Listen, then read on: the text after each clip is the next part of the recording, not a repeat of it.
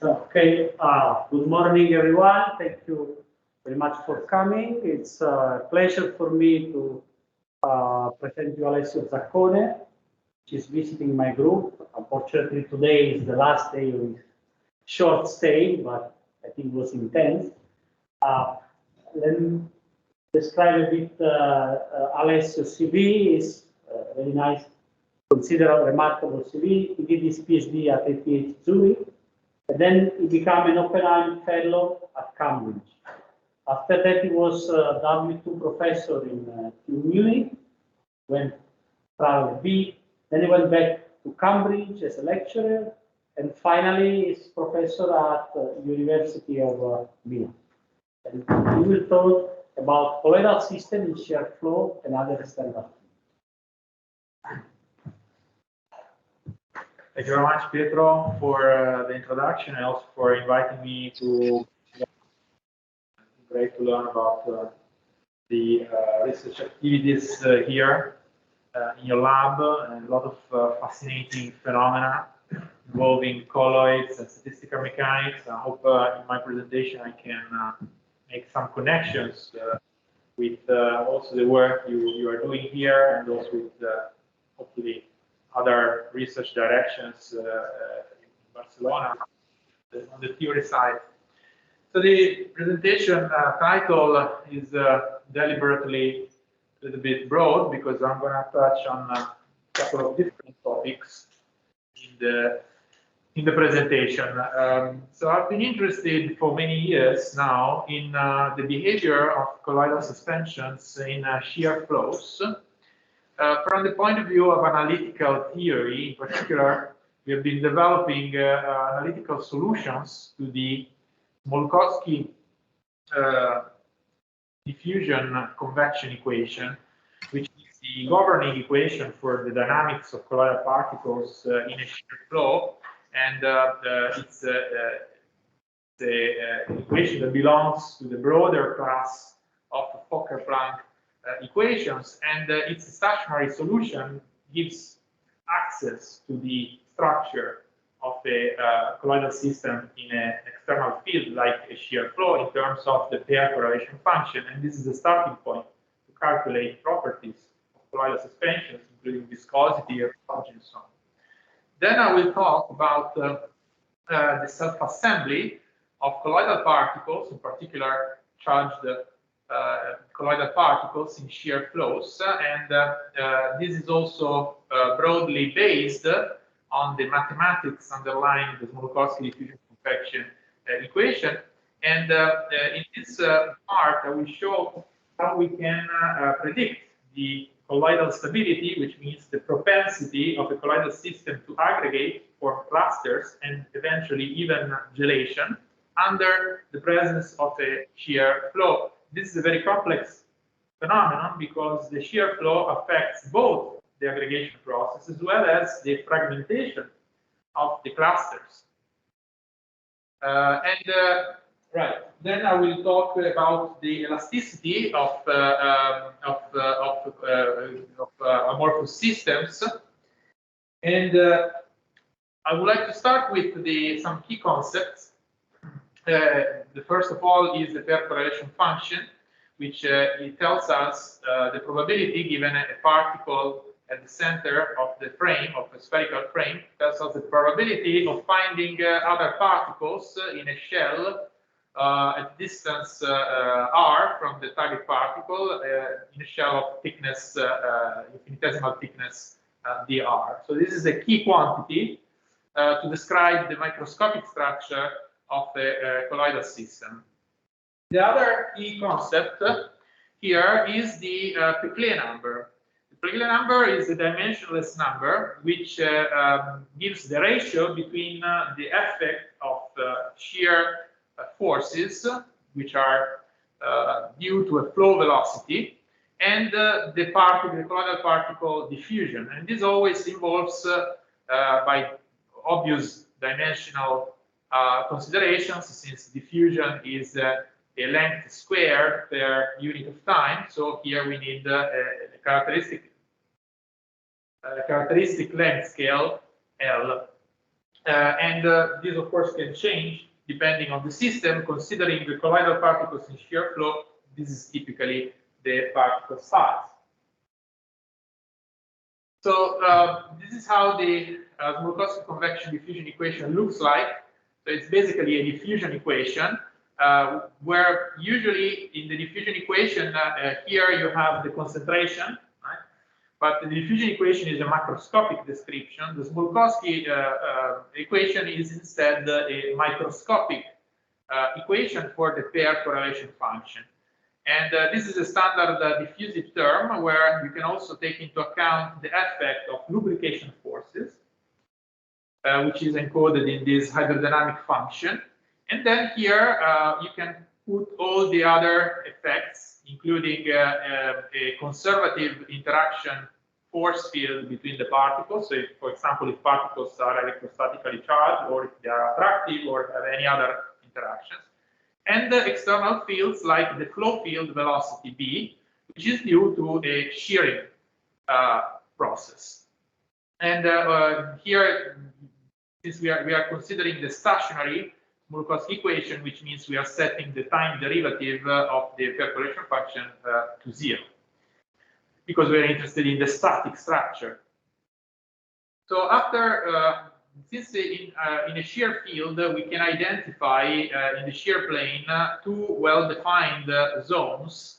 So one is the zone constituted by two extensional quadrants. So in these quadrants, the particles move away, both in this direction and in this direction. They're moving away from the central particle. In these compression quadrants, instead, the particles are pushed against the target particle.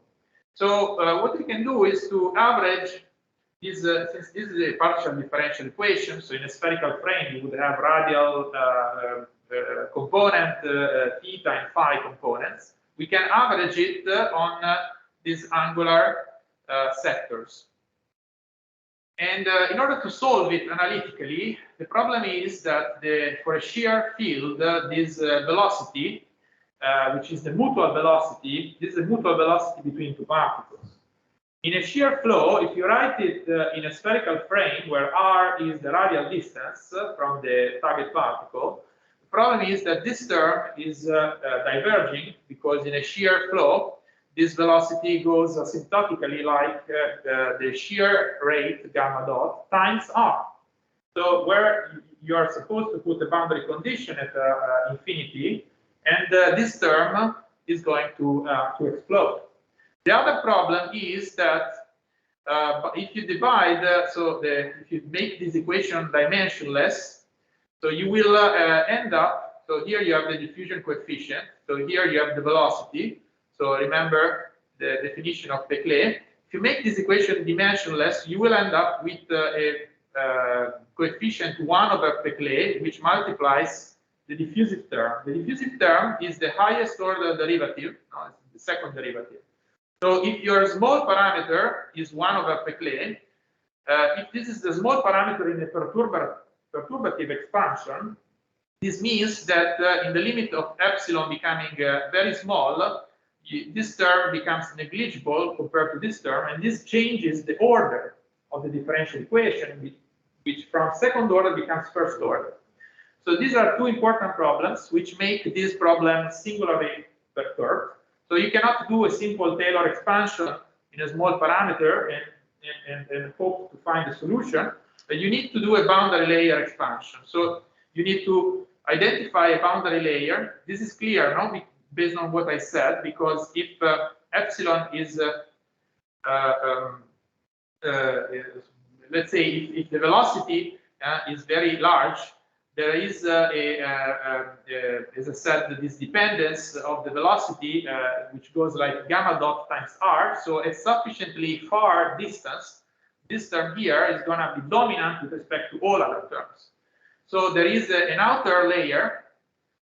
So when the particles are sufficiently far apart, the convective term becomes dominant. So it kills everything else.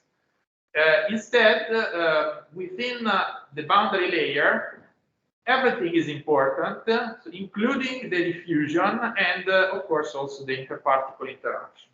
So then one has to perform two separate expansions, one expansion in the outer layer and one expansion in the inner layer, and then match them.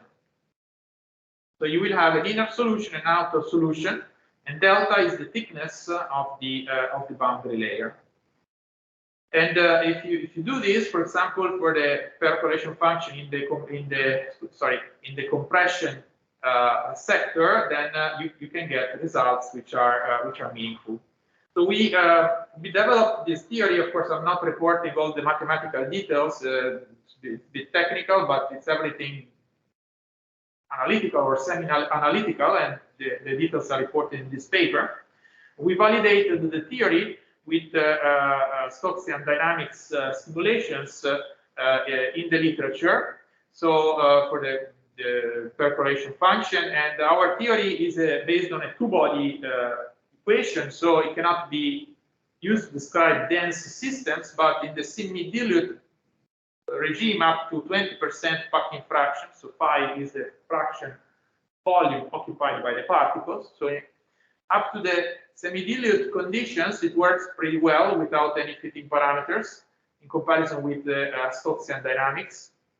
And the nice thing with this approach is that we can also include interactions between the particles, like, for example, an attractive Lennard-Jones interaction. And already in this semi-dilute regime, the competition between the interparticle attraction due to the Lennard-Jones interaction and the shear flow leads to some non-trivial features, like the presence of a depletion minimum, because in the compression sector you have both the shear flow and also the attraction, which bring the particles together, which means that beyond the first shell there has to be some void, and that's what happens here with this minimum. Then we, of course, can obtain results also for hard spheres, and obviously, if the Peclet is very large, you can get a very high probability of finding particles at contact, which can also lead to these hydroclustering phenomena, which are seen in shear thickening and so on. And as I said, in the presence of an attraction, so like a Lennard-Jones potential, we have this modulation of the peak by the attraction depth of the Lennard-Jones potential, and also this depletion minimum depends on the depth of the potential, becomes deeper as the potential, the attraction becomes stronger. We can do it, same calculations also for Yukawa repulsion. So and here, interestingly, instead of a minimum, we get a secondary maximum in the compression sector, which is again due to the competition between shear and, in this case, the interparticle repulsion. And interestingly, with the repulsively interacting particles, we also see the appearance of a depletion gap in the extensional quadrants. So in the extensional quadrants, the shear acts as to bring particles far away from each other. If you have on top of that also an electrostatic repulsion, you get a depletion layer, where basically in this layer there are no particles at all, so the probability of finding particles is exactly zero, and this grows with the strength of the electrostatic repulsion, and also with kappa. So gamma is proportional to the charge per particle, the number of charges on the particle, and kappa is the Debye screening length of the Yukawa repulsion. So this was just to set the stage for the main mathematical framework that we are using. Now, I'm going to show how the same framework can be used to say something to predict the coagulation or aggregation, or if you want self-assembly behavior of particles in a shear flow. Again, let's start from the very basics. So if you take two particles here in the absence of flow, so in a liquid, two colloidal particles, and they have some attraction such that as they collide by Brownian motion, they stick. Okay. Then, in order to calculate the rate at which these two particles stick, so they coagulate, you need to solve again a diffusion equation, and this is the diffusion equation for two particles. And without any other terms, it's just diffusion. And the boundary condition that you impose is that when they collide at contact, there is an absorption boundary condition, so the particle is sort of swallowed by the other particle. So with this simple exercise in diffusion, Smoluchowski derived the S stands for Smoluchowski coagulation rate between baronium particles, which is proportional to Kt and inversely proportional to the viscosity of the solvent. You can also have a charge repulsion between the two particles. So if the particles have charges of the same sign, then there is an electrostatic repulsion. Then what you need to solve is the diffusion equation in the field of force of the electrostatic barrier. This has been done also in the long ago, in the 30s, and leads to a correction to the Smoluchowski coagulation rate. And this correction is given by an integral over the electrostatic field taken as the exponential. It's called the colloidal Fuchs stability coefficient. And again, we have this hydrodynamic function, which takes into account the lubrication forces between two particles that are approaching. So we can again start from the Smoluchowski equation and consider the same problem now in the presence of a shear flow. So we are considering a most general situation where we have a shear flow and particles that interact with both an electrostatic barrier as well as an attraction, because of course in order to have a self-assembly you need to have some attraction. So this attraction can be many things.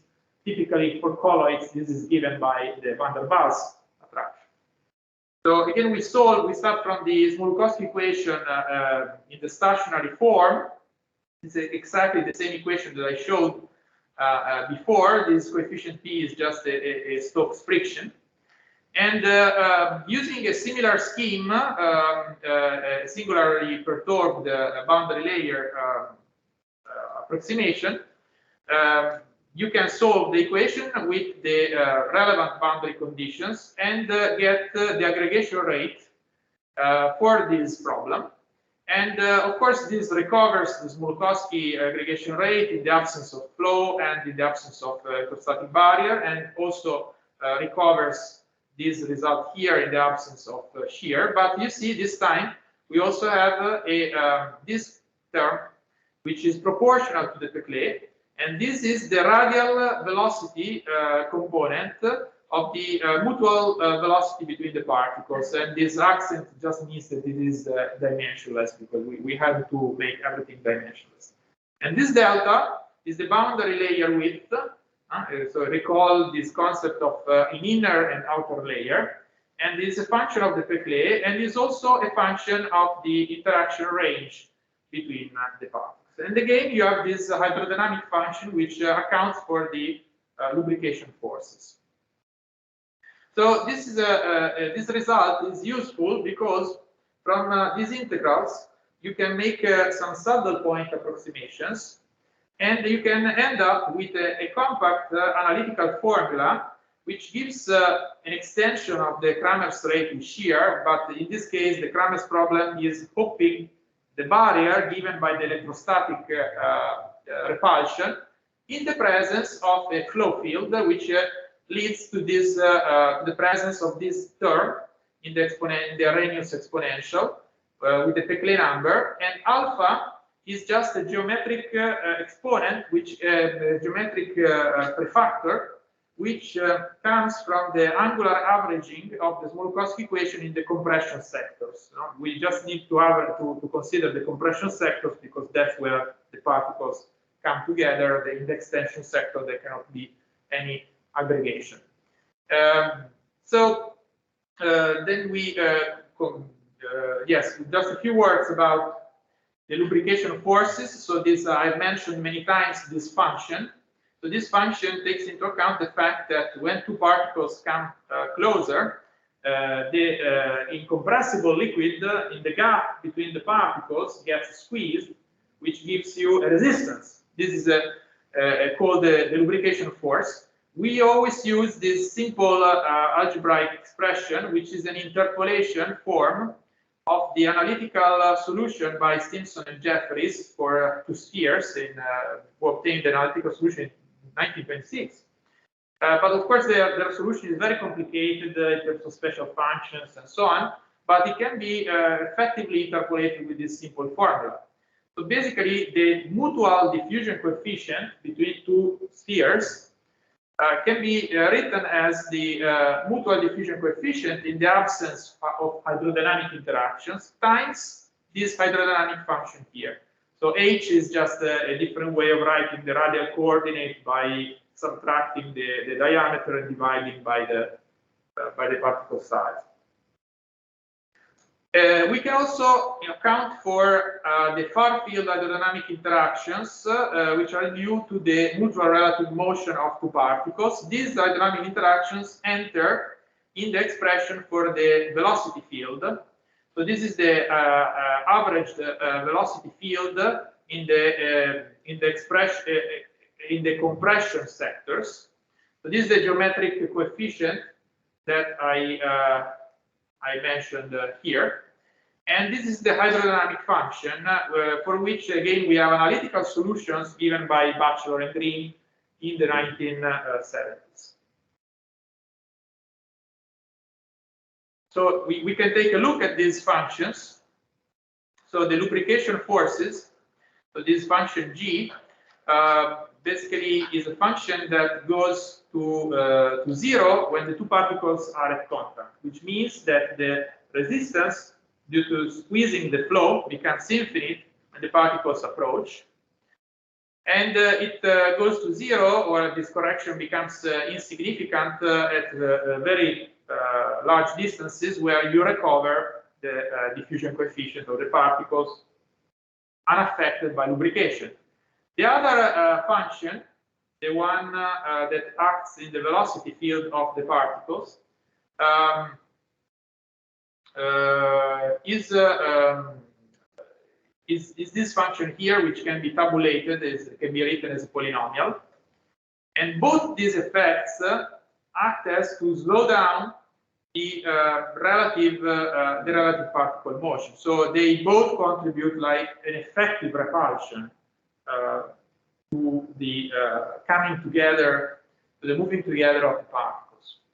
This is the comparison between our analytical theory for the aggregation rate, which is the solid lines, plotted here for different ionic strength, which controls this barrier, the electrostatic barrier, and it's compared with symbols given by the full numerical solution to the Smolkowski convective diffusion equation with no, so it's the exact numerical solution to the Smolkowski equation. So the approximate analytical solution works very well. There are no fitting parameters here.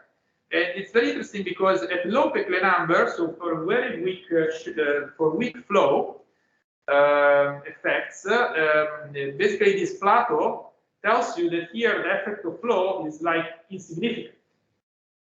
When the Peclet approach starts to approach 1, here this is Peclet 1, then in this modified Arrhenius or Kramer's expression, then this term here, which is proportional to Peclet, takes over with respect to the electrostatic barrier. And when this contribution kills or overwhelms this other contribution, then you have a dramatic increase of the aggregation rate by many orders of magnitude. And this is even more dramatic if the barrier between the particles is high. And eventually, and this is where the beauty of the boundary layer approach comes, when you have a sufficiently high Peclet number, so you remember what I said before about the boundary layer. So the boundary layer goes with the inverse square root of the Peclet. So this means that when the Peclet is very high, the outer layer gets pushed against the particle surface, so the outer layer is totally convective, and there the interactions play no role anymore.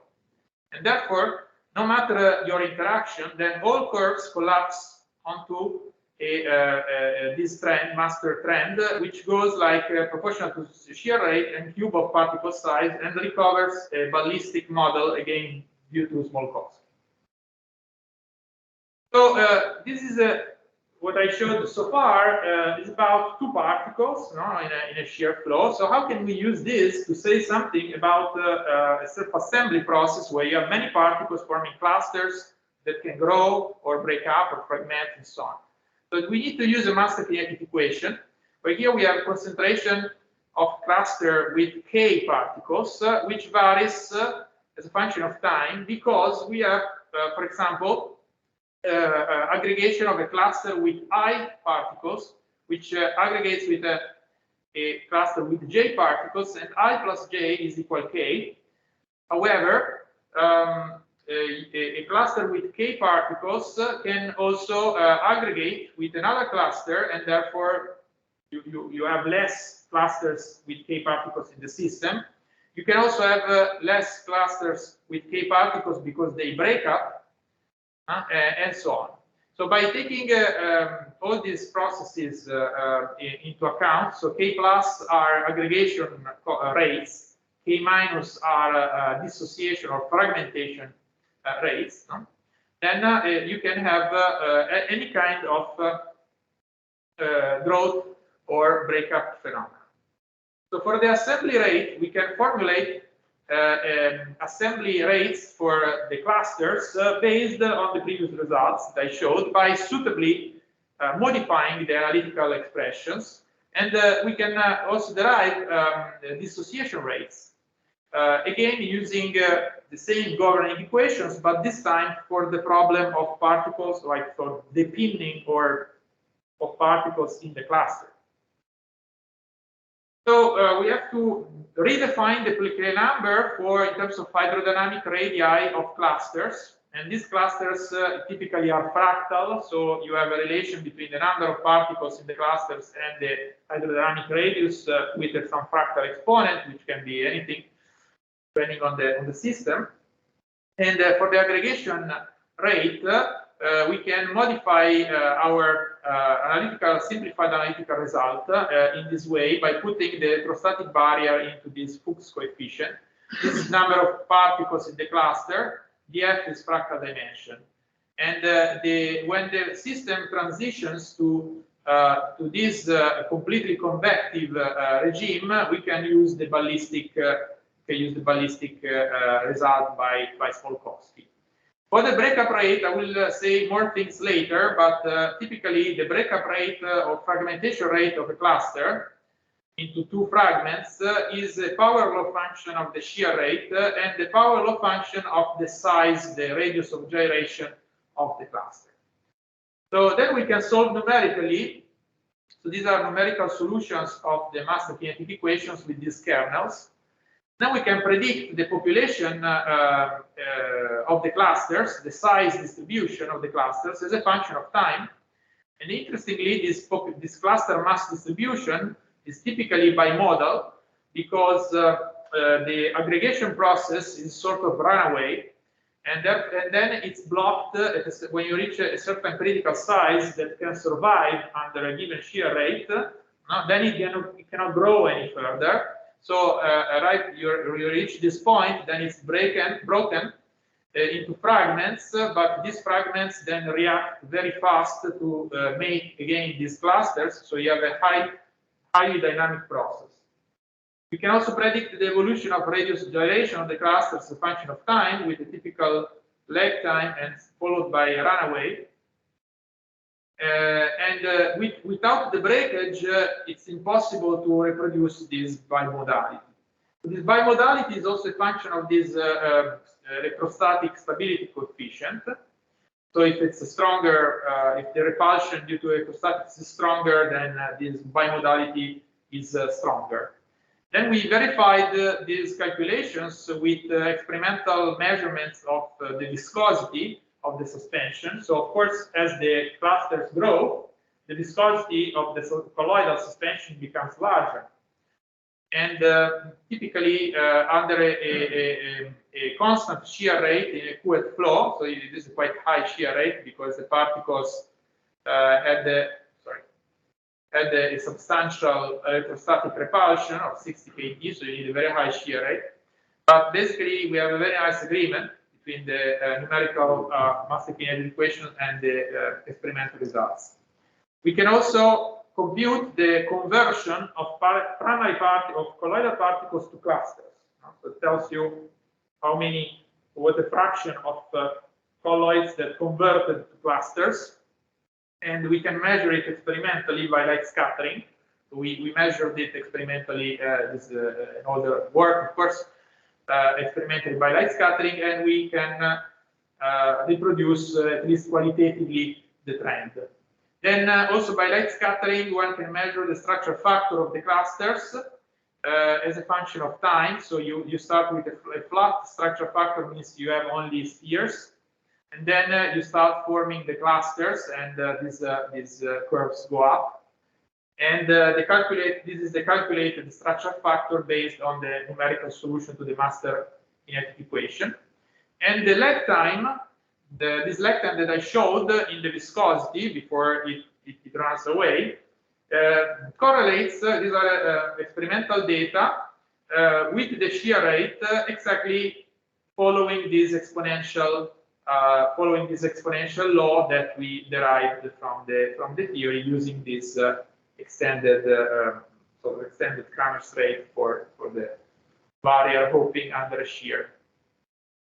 And these are again experimental data. So these are clusters. So what happens is that these clusters can jam to form a solid-like system, and then you have that the rheometer goes in overload, and the viscosity can be modeled with expressions of this type. This is an effective medium expression for viscosity of colloids, which was, I think, was developed by Santa Maria Oleg, who was a student of Miguel, but it's now very well used in the literature. And using the packing fraction occupied by the clusters, we can fit very well the viscosity data, and we can characterize then the thinning, shear thinning regimes, followed by shear thickening of these clusters and their Herschel-Balke so-called behavior. But I don't want to say too much about these. So the Smolkowski convection diffusion equation is a starting point to describe the structure of colloidal systems in most general terms. Can be used also to describe the self-assembly of colloidal systems in external fields like shear. And as we will see, the Smolkowski equation with shear also governs the shear-induced aggregate fragmentation. And this is something I'm going to address in this part of the talk. So for the aggregation problem, now we have seen that the particle has to overcome the interaction barrier in order to form an aggregate state, a bound state. For the breakup problem, it's just the opposite. So we have particles in contact, bound by some potential, by some attraction, and the shear is now promoting the escape in the opposite direction. So the equation is exactly the same, but has to be reformulated for this problem. So this is an aggregate generated in Stokesian dynamics simulations. It's an aggregate of colloidal particles formed in a shear flow. And so what we model mathematically is the depinning of particles at the heart of the aggregate, which leads to fragmentation. So clearly the shear flow in the liquid transmits forces from the outer region of the cluster to the inner particles. So there is a force transmission process which is mediated by hydrodynamic interactions. So we can define an effective potential which is felt by the particles in the core of the aggregate, which takes into account the convective effect which is transmitted by the arms of the aggregate, where this is again the velocity field, which is proportional to the shear rate. And we have this gamma here is a stress transmission efficiency. So it is a coefficient between 0 and 1, which tells you the efficiency by which the stress is transmitted to the core of the aggregate by the outer part, because in the inner part of the aggregate the flow is sort of stringed. And then we have this exponent. This is the radius gyration of the aggregate. A is the primary, is the colloid radius, and this exponent is a function of the fractal dimension of the aggregate. And this is an empirical relation that we obtained from Stokesian dynamics. So again, by now solving the Smoluchowski equation, we get the Kramer's type expression in terms of this effective potential, which takes into account this stress transmission process mediated by hydrodynamic interactions. So with this, we can make several predictions for the breakup rate of a cluster as a function of shear rate for various bond energy. And we can derive from this expression this power law relation between this is the maximum size of the cluster that can survive under a given shear rate, which is a power law of the shear rate, and the power exponent is a function of the fractal dimension of the aggregate. And with this, we can fit various experimental data in the literature and recover this power law expression. Now, I would like to talk again about breakup, but now without the shear flow. This is also interesting because it's another example where hydrodynamic interactions can play a major role in the dissociation process. So here we are talking about dissociation of two particles in a well, but with no flow. Okay, we just have an attractive well. Okay. And we have the lubrication effect, the lubrication forces. So in this case, the Kramer's problem can be solved exactly. So delta is so that large delta is the attraction energy. Small delta, sorry, this is a small delta is the width of the well. So we can get the lifetime of a colloidal bond with hydrodynamic interactions, with lubrication forces, and without lubrication forces. So remember, with lubrication forces, we are having a diffusion coefficient here, which is very small due to the hydrodynamic lubrication force. So it's clearly important, since this trend is universal. It's very important the width of the attraction, how big it is, because it will have an effect on where this lubrication force plays the major role. So this is a lifetime with hydrodynamics divided by the lifetime, and it is a function of the interaction range, of the width of the attraction. And you see, these are different volume fractions. So this is the exact solution to the Kramer's problem. These are simulation results which take into account the lubrication forces. So the lifetime with hydrodynamic interactions becomes smaller as you increase the delta, and this is clear, no? Because if you see this curve, if you plot it here, now clearly if this is larger, then the particles can access a region here where the lubrication resistance is much lower, and then they can jump out. Instead, if the width is shorter, you may be in this region where the diffusion constant is very small, and then the lifetime is longer because the diffusion is not enough to break the bond. And so the lifetime with hydrodynamic interactions can be much larger than the lifetime without hydrodynamic interactions, and it increases with the packing fraction because, of course, if you have crowding, if you have caging, then it's of course more difficult to jump away. Okay, so the Smoluchowski equation with shear can also serve as a starting point for a mathematical modeling of fragmentation processes in a shear field, and of course this, general. So you instead of a shear, you can also have different types of external fields. And it is possible at the two-body level to analytically implement the effect of hydrodynamic interactions, at least at the level of lubrication forces.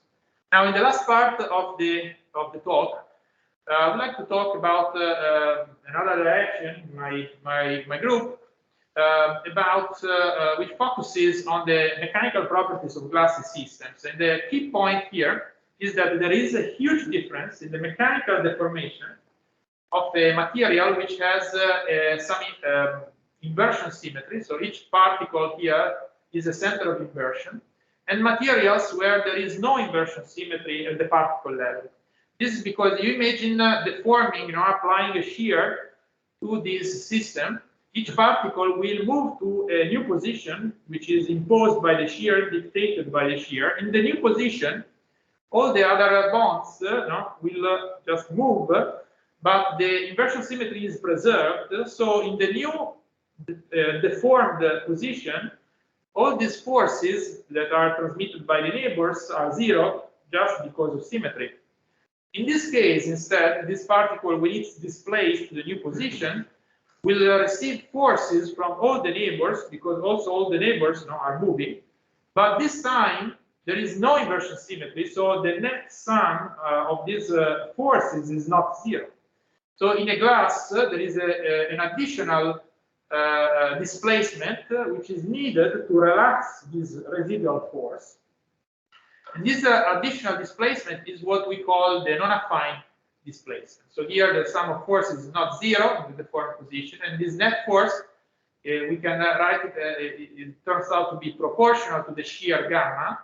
By way of a vector, this vector psi takes into account the symmetry environment around the particle. So we can write a free energy of deformation which takes into account this fact. So we have an affine component, which is just the enthalpic stretching of the bonds due to the applied deformation. Then we have this negative contribution, which is due to this effect, to the non-affine displacements. This is a negative contribution because this force times the non-affine displacement, force times displacement is a work, but this is a work done by the system internally to sustain the deformation along a mechanical equilibrium pathway. So it contributes them by thermodynamic arguments with a minus sign. And this is a visual depiction of these non-affine displacements. So the difference between this position and this position is basically the non-affine displacement. So the dashed lines, so the particles on the dashed line would still be on the dashed line if it was affine. Since this is not affine, it's this extra displacement, they are away from the dashed line.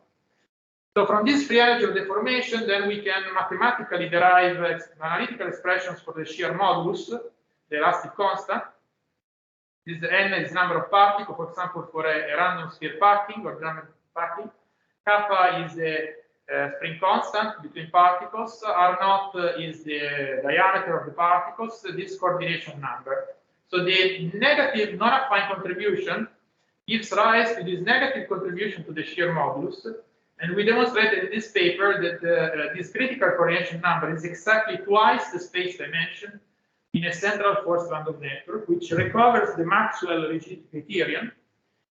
And the prefactor is also in quite good agreement with the numerical simulations of soft jammed packings. So the system becomes rigid when ZC is equal to 6. Then you compress the particles, Z increases, and you can measure the shear modulus in a simulation, as done in this highly cited paper by the group of Andrea Lu, Sid Nagel, and what you find is exactly in agreement with this formula.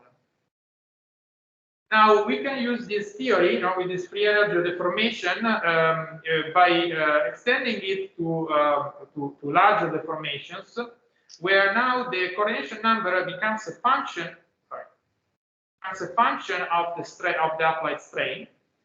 And okay, don't have time for the mathematical details, but in this way we can add up the elastic contribution and the viscous contribution and get the total stress as a function of strain. And we recover this trend where basically the elastic part of the stress is dominated by the non-affine component. So basically what happens is that you are under shear, you are losing neighbors in these directions, but due to excluded volume, you cannot gain more neighbors in this direction. So effectively you are losing neighbors as the strain increases. Therefore, at some point, this term becomes comparable to this term, and the viscous part of the stress instead increases, and you end up on a Newtonian plateau. You can also make predictions for the yield point. This is the yield point, as a function of glass transition, of the glass, temperature, shear rate, and the viscous timescale. So we then compare this simple expression with experimental data on metallic glasses for various shear rates, and we found quite good agreement with two fitting parameters, which, however, have to be in a reasonable range. And then we applied this to colloidal systems. These are confocal experiments, confocal microscopy experiments done by Marco Laurati and Stefan Egelhaf. We jointly published this paper where they measured these non-affine displacements, and they found that in agreement with theory expectations, these mean square non-affine displacements grow quadratically with the strain. Then we systematically applied the model to predict the yield point and describe the experimental stress versus strain curves with this equation. Where now, sorry for the change of notation, this n, this should be the coordination number. Now, in these experiments, the coordination number varies with the strain in this way, and this is measured experimentally. So we are using the experimentally measured variation of the coordination number into the model, and then quantitatively match with the experiments. So they vary because of the shear. They are not soft particles, right? No, these are not soft, but they are hard particles. Yes. So the mechanism is, so the coordination number is decreasing because of this mechanism here.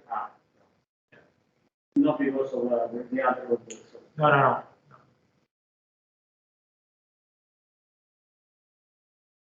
Okay, so really I'm running out of time.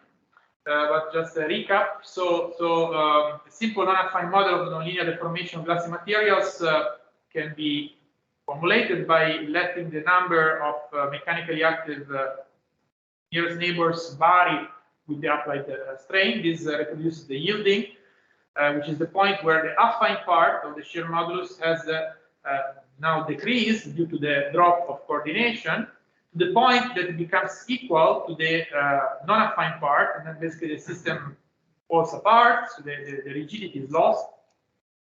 The model can describe experimental data, very different systems, metallic glasses, as well as colloidal glasses.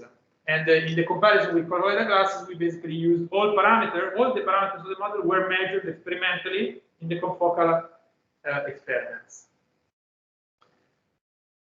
Just a couple of slides on a topic which could be of interest, which is the fluctuation dissipation theorem under time oscillating fields. So this is a well-known Langevin equation, which is a perfectly well, it's a somehow equivalent but also different description of diffusion with respect to the small cost equation that I showed before.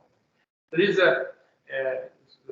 we have it's in the form of an equation of motion with the inertial term. V is the velocity of the Brownian particle. This is the Stokes friction, and this is the random force due to the random kicks by the solvent.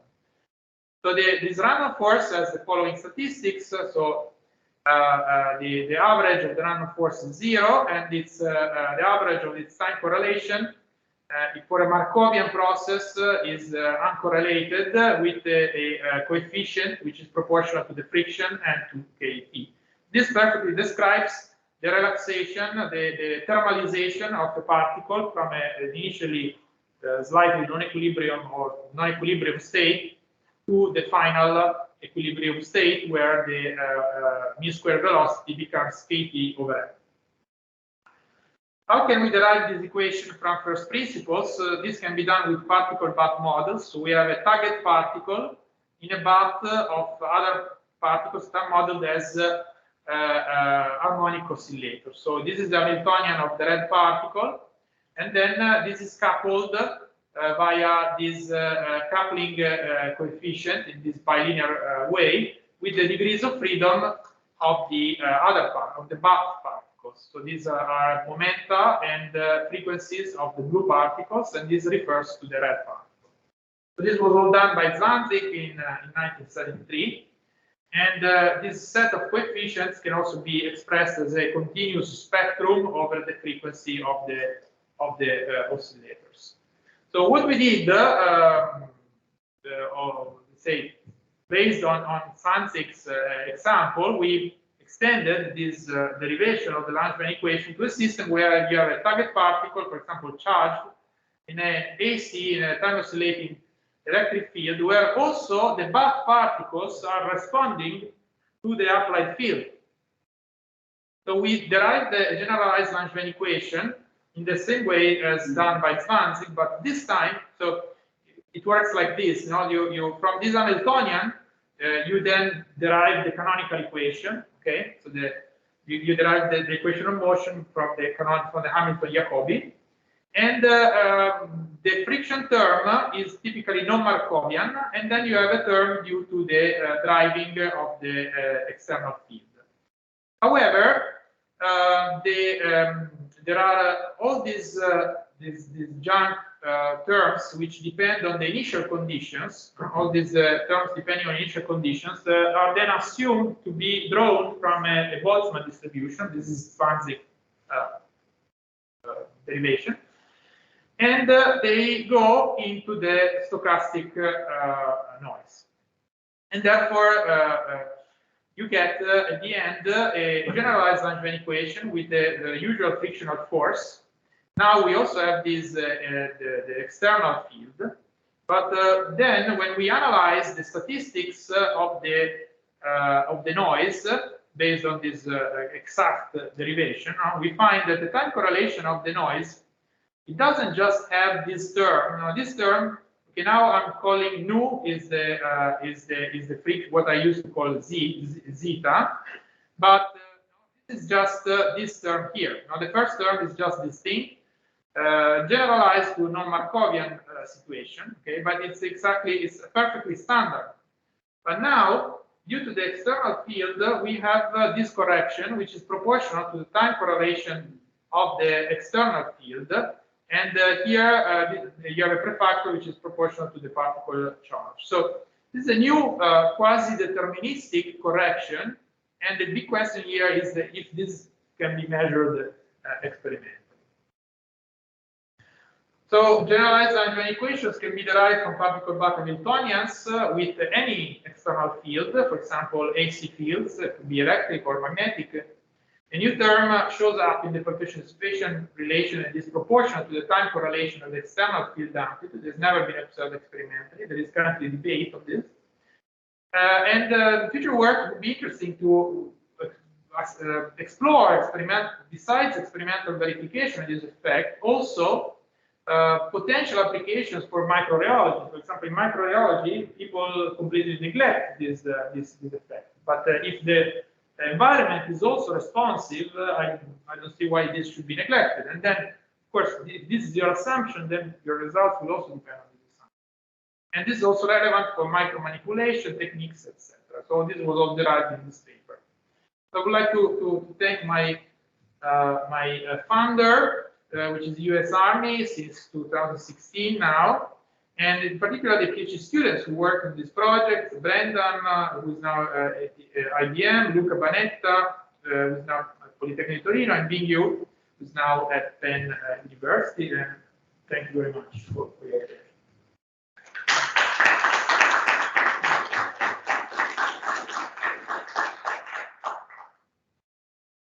So, thank you for the very nice talk. Do you have some questions?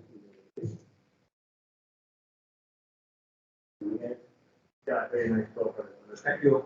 The reason why the shear flow exerts an effect in the activating dynamics is because the shear rate can be decomposed in a rotational path plus an rotational path. Right. And this rotational path is potential. Right. The rotational is not potential. Yes. The rotational path Yes. is potential. Potential, yes. And then it contributes Right. to the total potential. Absolutely, based on Helmholtz composition. Exactly. Absolutely. Yeah. And what is the value of the magnitude of the shear rates? Yes. So in these experiments, the shear rate was it was a fluid flow. It was 1,700 seconds minus 1. And this was the highest. But of course, here we are varying also the packing fraction. Huh? So and the other values are around that value, so 1,300, 1,200. Quite high. And I have another small question. The integrators are approved. And then this, I'm not sure that they accept that the influence of the genetics of the process. But could be a confined potential do the same with some corrections on the kinetics? For example, we consider that the system is confined. Sure.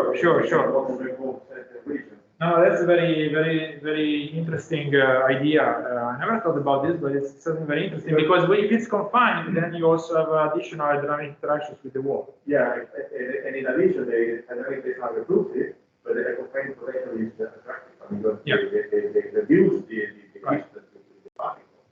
There's not a kind of competition between these two. Absolutely, yes. This is not has been addressed. No. Very good point. Yes. Thank you. Question. Opinion? Actually, Sure. I think I did something from the very beginning in the definition. It is written down in terms of its perforation function, right, which is an interesting point. I wonder where it comes from, because as I understand the Swarovski equation is a conservation equation. Sure. Yes, absolutely. So I would expect some kind of hierarchy of equations of the perforation function, different terms of the three perforation functions, different perforation functions, four perforation functions. I mean, I don't understand from the Swarovski equation how we find out a closed equation just for Why shouldn't be able to do that? Now, of course, the derivation, so you can derive it from the Fokker Planck. It takes a couple of pages of algebra, and it can be derived from the Fokker Planck. But as usual, when you go from Fokker Planck to Smolkowski, you take the approximation of basically integrating out the fast degrees of freedom, and you focus on. You can write it for one particle if you want.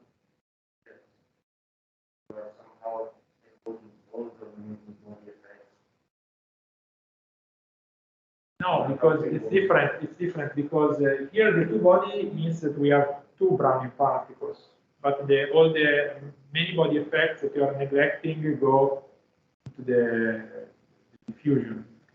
Brownian. Yes.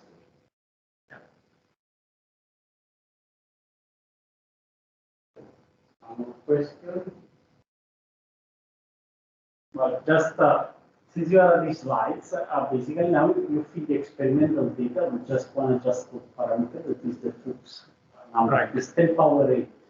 What does it correspond, this Fuchs number? You define it at some point. Yes. You have an idea of the order of magnitude. So it should be compatible with this, but it's defined.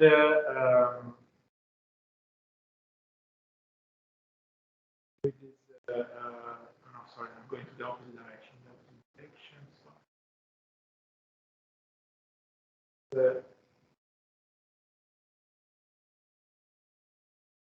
So you would need to know the total potential, which is difficult to know the total, so the potential profile. We know the barrier is about 60 kT. This is roughly compatible with 10 to the 8. It means that the ER aggregation is much lower than this 10 power 8. So yeah, the system, if you don't apply the flow, will never happen. Okay. And then another, regarding the last part, when you have this oscillating field, the field that but as well on the same way. Yes. So Here is drawn for the dielectric response if you want. We wrote also a few papers But starting from this on the dielectric. We have a kinetic energy as well, so it's not really a colloidal system. We have there a kinetic energy. Yeah, absolutely. But this is the beauty of Zwanzig's. That's why I really love these results by Zwanzig, that he was the first man who started from a completely time-reversible microscopic Hamiltonian, and by sweeping under the carpet all the information, all this information about initial conditions, this becomes the stochastic noise. And in this process, you also get the friction here, and this breaks the time reversible thing, because you have the velocity here. And this was all done by Zwanzig. But absolutely, you start what you start with is a fully standard reversible Hamiltonian. It's by ignorance, by declaring your ignorance on the many degrees of freedom, because you cannot follow all of them. It's that which leads you to a diffusive to Langevin equation, which breaks time reversibility. So you can see it. It's, of course, it's a model, so it's not. But it's an answer to the problem of the arrow of time. Another old article called article. They classify the four fraction materials. Yes. They consider a linear chain of harmonic oscillators, and we're able to derive the Langevin equation from the Okay. So I should do that. Yes. Sure. No, I mean, concerning the fractality, if the particles are magnetic, I also looked about the fact that the aggregates are fractal. And you can change the fractality by changing the conditions. So it's a kind of decision limited aggregation. And depending on the initial conditions, you get different fractalities. So by tuning the magnetic. And what's done in equilibrium, but in the absence of shear. So that shows that the shear can exert an influence on elongating the. Yes, but also making them more compact. Exactly. Yeah. Change the fractal. Yes. Absolutely. Okay, so let's thank again our speakers. So if you want to make a mistake in this happen, but probably we'll try to find the Sure.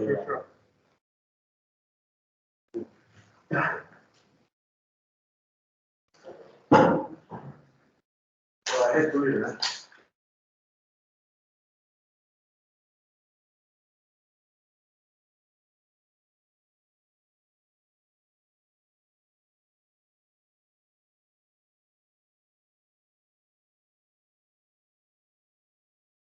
Una. Ayer espera. Creo que podríamos ir ya. Podemos ir ya. O sea, ya ya va a ser la 1, ¿no? Ok, perfetto. So Alessio, andiamo, se vuoi